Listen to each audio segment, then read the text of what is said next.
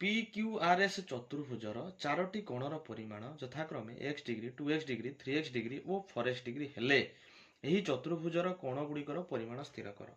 पिले मत गोटे चतुर्भुज देछि जार ना सी दे देछि पी क्यू आर एस। मु चतुर्भुजटी अंकन करिछि मत चारि कोणर परिमाण दे देछि।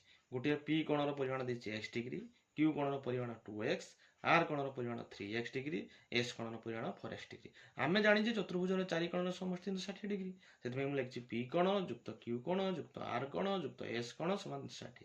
पी कोणर परिमाण देथिला x, क्यू देथिला 2x, आर देथिला 3x, एस देथिला 4x। ए सब गुडा कोण मिसी गला कोछि 10x। 10x केते डिग्री 360 डिग्री। x हे जो 360 युक्त 10 अर्थात कटि गने लघिष्ठ कर देना 36 डिग्री। एक्स टा केउ कोण थिला पी कोण। पी कोण परिमाण मिलला 36 डिग्री। क्यू कोण तार द्विगुण थिला 72 डिग्री। आर कोण सेही पी कोणर 3 गुण थिला 108 डिग्री।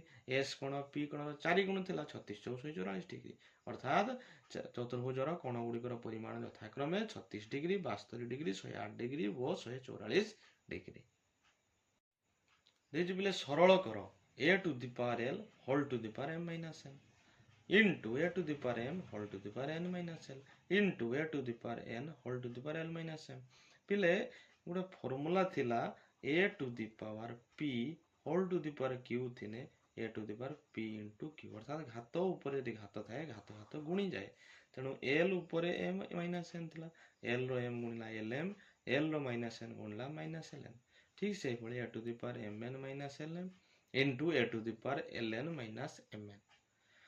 आधार समान अच्छी पिले गुणन बेले घात गुड़िक जोग हो जाती lm minus ln plus mn minus lm plus ln minus mn plus lm minus lm plus ln minus ln plus mn minus mn कटिगला को ए घात रोचे 0।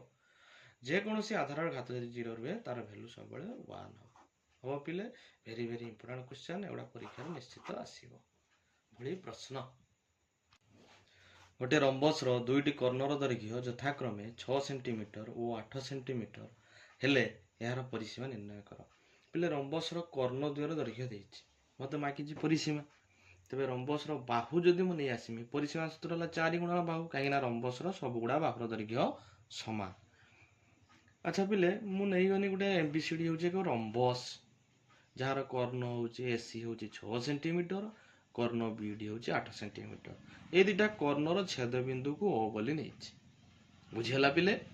वर्तमान गोटे बाहु काटुची ए बी बाहर करो बा बीसी बाहर करो बा एसी बाहर करो और सी डी बाहर करो बा एडी बाहर करो कहीं रंबस कर्णद्वय परस्पर को समकोण रे छेद करती आम परस्पर को समकोण रे समद्विखंड करती। एसी जदि 6 सेंटीमीटर ए हो 3 बीडी जदि 8 सेंटीमीटर आमर डी हो 4 ये 3 ये 4 पिथागोरीय त्रयी माने ये हो 5 आम बाहर करछे बीसी रो सूत्र गोटे बाहुर सूत्र सम रंबस बाहु बाहर कर सूत्र होची गोटे कर्णर अधार वर्ग अन्य एक कर्णर अधार वर्गर वर्गमूल 6 विभक्त 2 वर्ग युक्त 8 विभक्त 2 वर्ग 6 अधा 3 8 अधा 4 3 वर्ग 9 4 वर्ग 16 16 नहला 25 25 वर्गमूल 5 गोटे बाहु 5 ए बाहु भी 5 ए बाहु भी 5 ए बाहु 5 तेणु 5 को 4 थर लगे 5 मान 4 अर्थात 20 सेंटीमीटर। अतएव रंबस परिसीमा केते 20 सेंटीमीटर।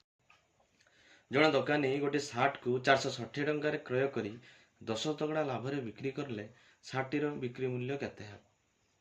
देख पिले सार्ट किणा दाम दे दीजिए 460 टका से पे लिखी दीजिए शतकड़ा लाभ हो तार 10 शतकड़ा तेणु शतकड़ा लाभटा के 10 टका 100 टंकार से 10 टका लाभ करुँचा पे मुझे ऐकिक धारा नक सूत्र फर्माट कर शीघ्र सर तेणु मत मागिଛି 60 विक्रय मूल्य तेणु विक्रय मूल्य काढ़ सूत्र हो 100 युक्त शतकड़ा लाभ गुणन क्रय मूल्य विभक्त 100 100 को 100 रहा शतकड़ा लाभ जगह 10 बसई गुणन क्रय मूल्य 460 विभक्त 100 100 10 फिर 110 गुणन 460 विभक्त 100 ल ऊपर गोटे शून्य एटे गोटे शून्य 460 पाखे गोटे शून्य था गोटे शून्य कटिला ऊपर रहा 11 गुणन 46 11 6 66 11 4 44 6 50 506 टका। अतएव सार्ट विक्रय मूल्य केते टका पिले 506 टका। परीक्षा रे आसिया भली प्रश्न भेरी भेरी इंपोर्टेंट प्रैक्टिस करदो पिले भेरी भेरी इंपोर्टेंट।